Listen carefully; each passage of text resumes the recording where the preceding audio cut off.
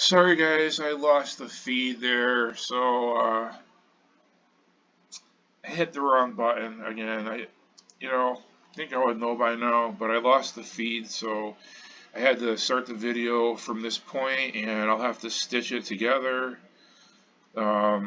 which I hate doing because it wastes a lot of time. But anyways, so what we have to do now is create an input loop,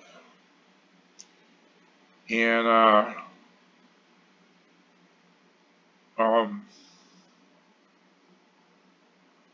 so basically we're gonna, alright, it's gonna say list 5 numbers, and I don't, let's see, if I'm gonna do it this way, I might as well do it the right way. And so let's renumber line 5 is 6, and we're gonna make 5, clear this, and make 5 a 4.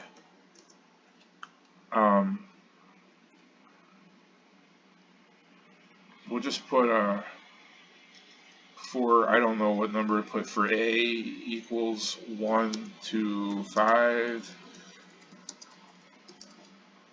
And it's going to prompt us to list 5 numbers. And actually I didn't, alright, renumber 111. I didn't need to get rid of that. Renumber 111 list. Alright, so 6 is 4A equals, when you don't know which number to start with, just start with A. Because I really can't think of a abbreviation that I want to use. 1 to 5. So it's going to ask us to, it's going to prompt us with an input, which will just be a question mark, and we're going to call it input B. I'm just going alphabetically here. Like I said, when you don't have time to think, just use the alphabet. And it's going to do this 5 times. Now, let me not make sure I'm using the right key here.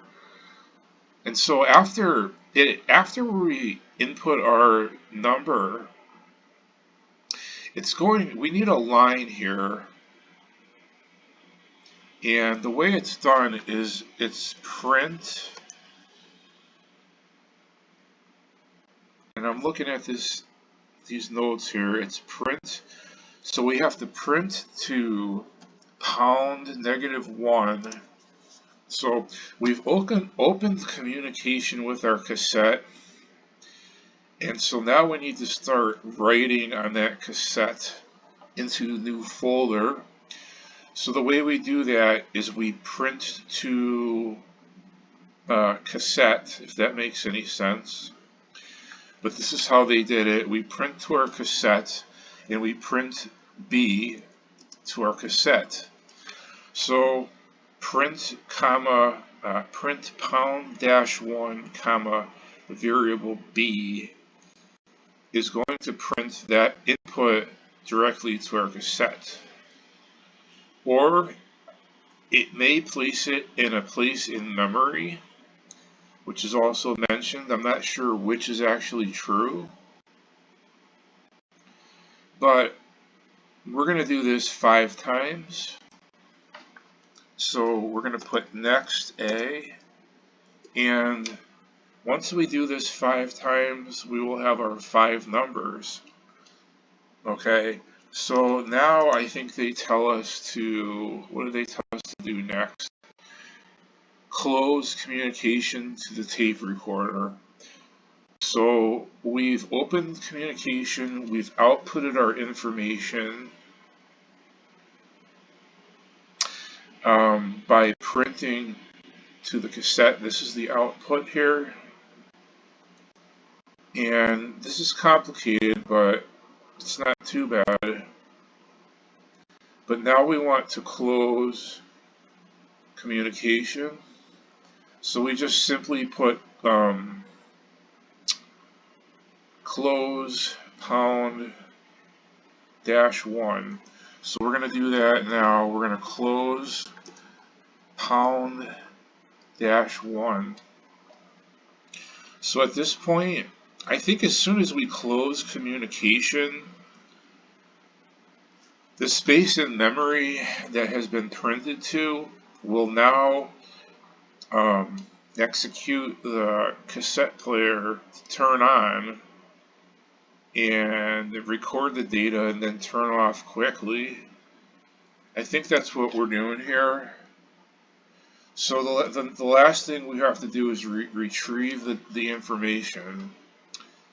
So that is going to be done very similar in a similar way. But now this thing's giving me a hard time. I don't know why.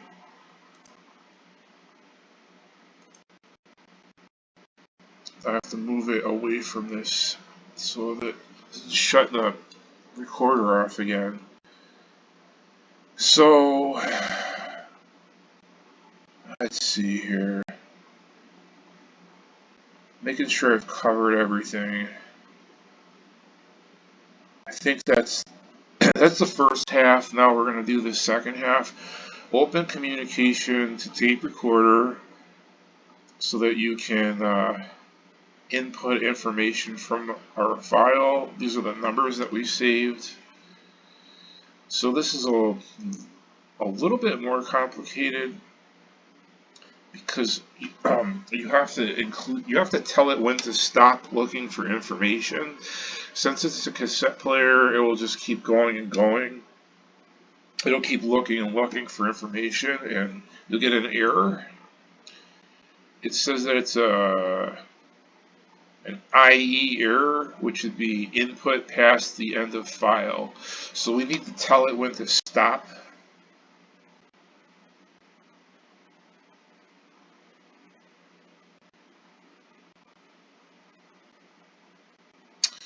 So let's see how this is done here. Alright.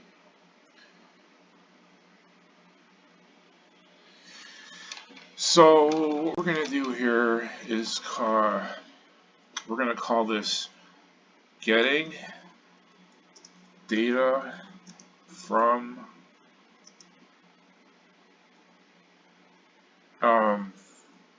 file, saving data to cassette, getting data from, we're going to put, I want this to be consistent, SSETTE,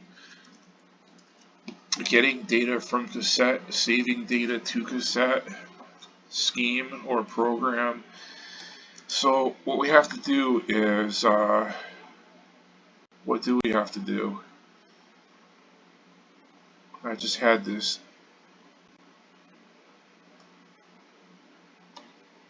Huh. Alright, so it's the exact same thing as above. Open. And I don't know why you have to specify a string value here. I don't know. This is way before my time. I was just a kid when these computers came out, probably 5 years old. And I got my first one around age 9 maybe, something like that. And I only had it for a couple of years. Like I said in previous videos, and then I got rid of it. So I'm not that familiar with these things, but anyways, we have to make sure, and I don't know why I put a 2 there, but so we're opening communication again with the cassette in the same way. We're labeling it as a pound-1, and we have to make sure our files match. So we're opening communication again, and we're going to have to rewind the cassette here, but we don't have to worry about rewinding the cassette because there's not a real cassette. We're just using an emulator here, so we don't have to worry about that. We just have to make sure that we open the right files in the emulator. So we establish communication again, okay, in the same way. And according to this, we must input now our variable. So we're going to input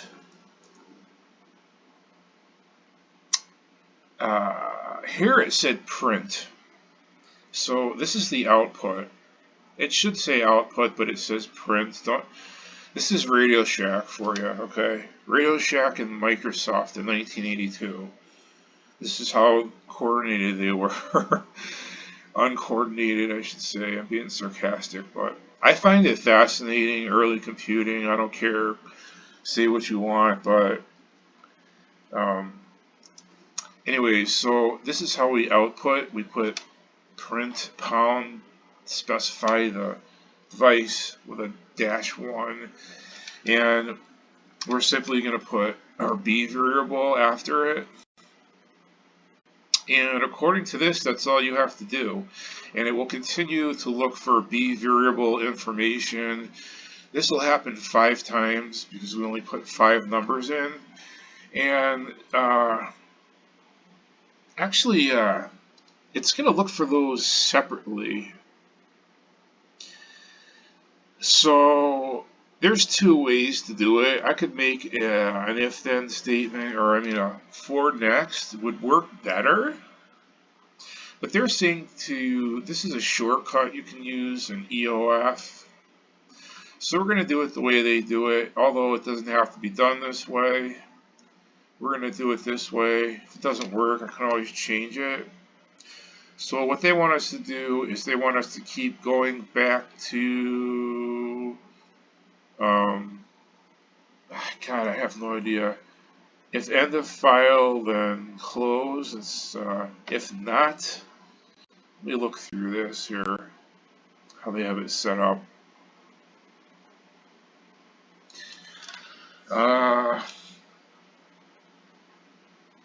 Now it looks like print B. Oh, Lord. Yeah, I'm going to have to change this just slightly. So I'm going to renumber this slightly. And before we start inputting, the EOF needs to come before that.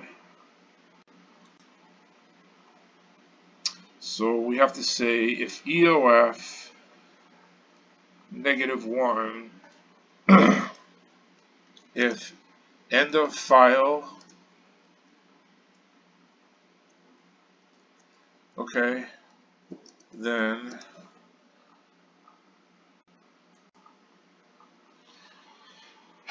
it wants to close the program here. So it's going to find our numbers,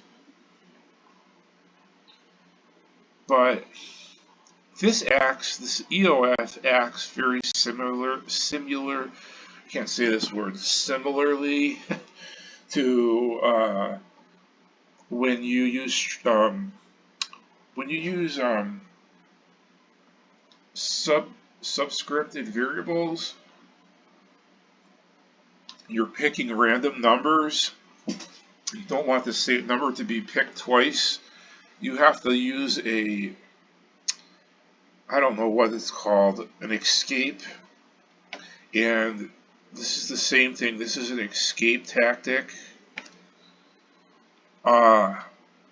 So I'm going to say then, I'm just going to say then 100 right now because I really don't have a program yet. So let's see what the heck's going on here.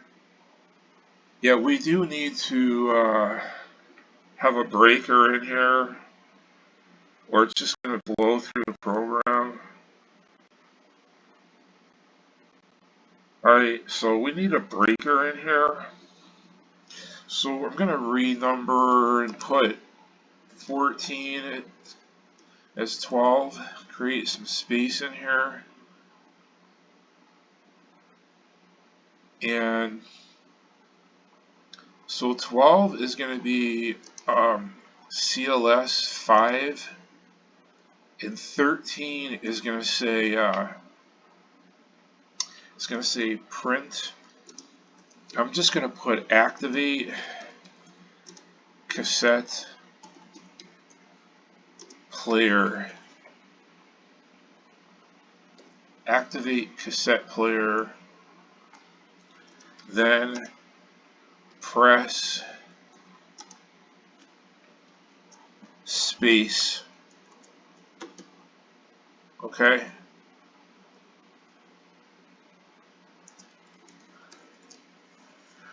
So activate cassette, then press space, and now we have to renumber it one more time, making a little bit of space in here, and I need more space than that. Actually, you know what? Where did I make that space? I thought I made some space in here. Didn't I just renumber this? Maybe I...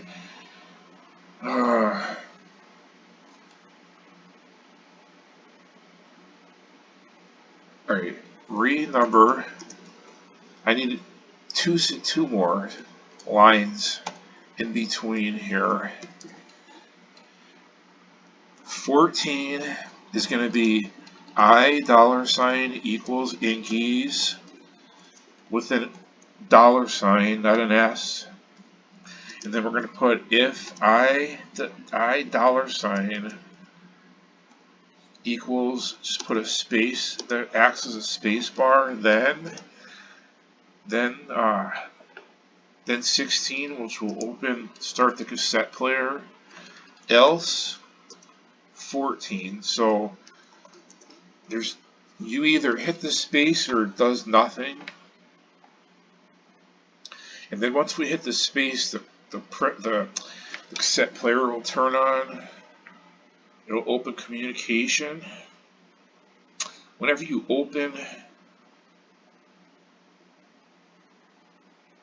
when you output here, it turns on, then it shuts off. Now we need to get to that point where we're inputting B. Then we need to, of course, we need to print our results, print B. But we're going to print B as a list from left to right, not from up and down. We're going to a vertical list. I don't know what to call it. So we put the semicolon here to denote that. If that wasn't there, it would list this way, from 7 this way. But when we put the semicolon there, it's going to go this way. Or do you think I should just... I don't know. We'll do it this way. So the next thing they say, if we make it to this point, if we open our information, we open our cassette, but before it tries to input any information, it checks to see if it's at the end of the file. If it's not, and there's more information, then it will input and print that information, okay? But from here, it tells us to go back to this point, the EOF. So that's what I'm going to do. 20 is going to go to our I don't know what I called it, our what did I call it? Escape, I think I called it. An escape.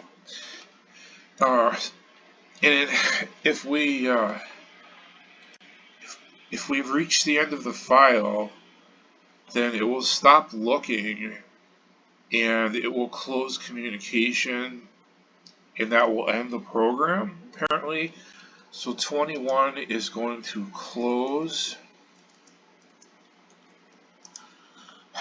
It's going to close, what are we going to do? We open, how do we close this thing here again? Close, it's right here. Close, pound 1, right? Edit 17. We're going to make this then, just kill that statement, make it 21. So we have 21 lines of code here, and that should end the program. It'll just bottom out right there. So now that I have that all set, we need to see how this works. If it works, I don't know. I know I tried this a few years ago, the way they had it, and it worked. But with an emulator, you have to be careful. So the first thing I'm going to do is I'm going to save this program because I don't want to lose this. I put too much work into it. So I'm going to do that right now. And as soon as I save it, I'm going to run it.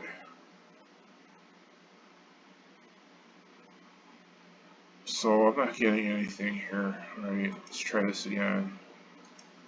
I forgot this takes a little while sometimes. Here it comes.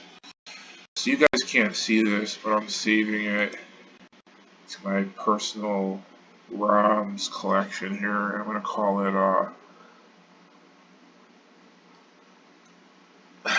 open, close. I'm going to call it open, close, cassette. If it takes that, it won't take, alright, it won't take a / so I'm just going to call it plainly open, close, cassette. And I'm going to save it as open, close, cassette. You can only have eight up to 8 characters. Only up to 8 characters. So open, close, cassette. It won't all fit.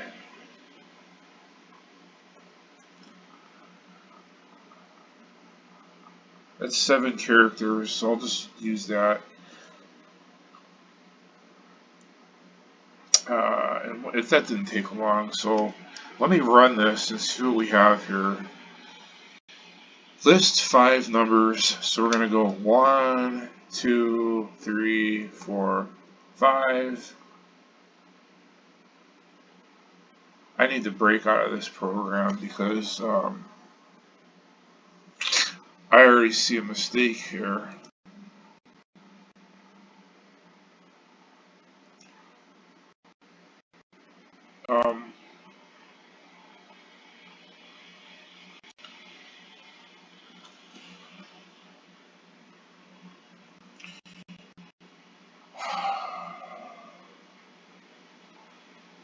Okay, so I did forget that we need to, let me list this. I put activate cassette player, then press space. So I need to have a similar message here before we open.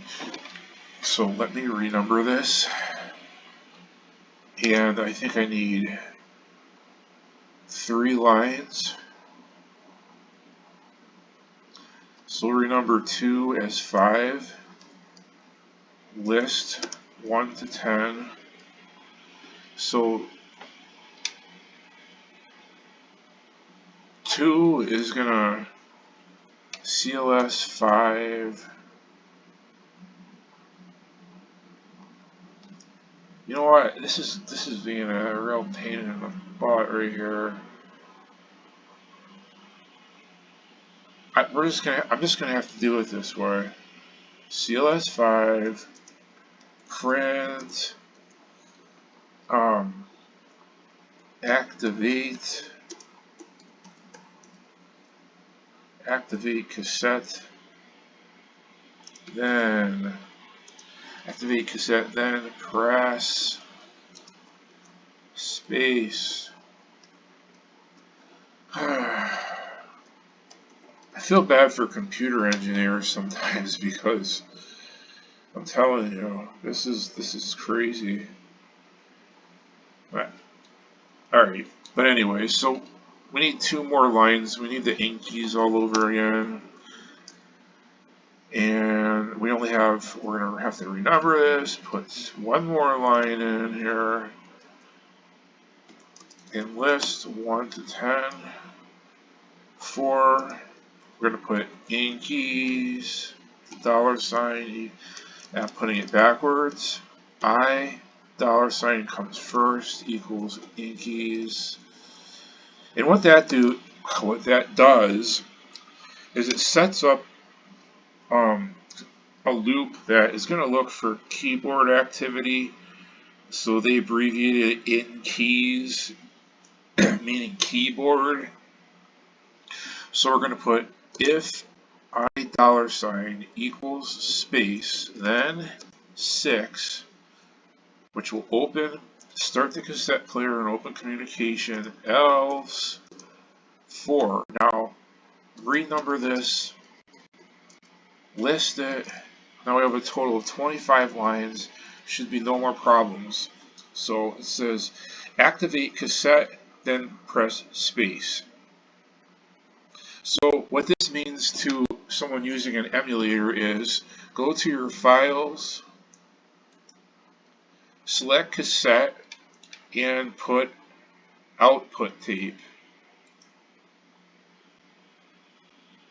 Just the same way you saw me saving that other file, output tape. When that comes up, there is a little variation because it is an emulator. For your output tape, you need to name it exactly what we named it. We named our file on the interior of the program, and I believe I named it new folder. These have to match. So I'm naming my output tape new folder, and then what you do is you hit the save, but you don't do anything else. Normally you would put type C save. Here I press the space and the computer is doing the work now. So number 1, 2, 3, 4, 5. Now what I need to do is activate the cassette player. So it has already saved our data. There's nothing else I have to do, but we are working from a program here. We're using data within the mainframe of an actual program. We're not just saving a program. We're using an application, which is the program I just created, to output and input specific data that can be used in the program itself. So for this activation of the cassette player, I go back to my file, but this time I put input tape, and I find our, I find our file called new folder. I select that, and this time I will open it versus saving it. Press space, and like magic, it retrieves our variable data. Isn't that amazing? This is just totally worth looking into. It works perfectly. I had to make a few minor adjustments, but check this out. It just retrieved a file. So whatever this is called, Color Basic, is working like a PC now. So imagine that, this is DOS, and what we've done is we've just pulled data from a file, We haven't pulled a program from a file. We've pulled data. This is big time, guys. This can be used, and I'm going to use this eventually when I'm done with the prototype game that I'm making. When I finalize it, I'm going to incorporate this as a quit and save feature with a cassette that will be used just for quitting and saving your game. And the other tapes will be game data, game programs. Like you used to get a bunch of discs when you bought a game. You would get discs 1 through 5. Well, with my game, you're going to get tapes 1 through 5. And then you're going to have a special tape that will just be used to quit and save your game and then continue your game. And this is how it works. This is how it's going to work. So this is amazing to me. It might not seem like much to some people, but this is a huge breakthrough, you guys. It really is. So I'm going to end the video. I need comments. I want to know what you guys are thinking. I've been, getting a lot of views, but not many people say anything. I encourage you to talk and communicate with my channel here and let me know what you're thinking. Alright, so now I have to get going. I have to stitch this video together so I can get it out to you guys and so you can start watching. And this is probably one of the best programs that I've written in a long time. And so I hope you find it useful for something, okay? And I will see you next time. Bye.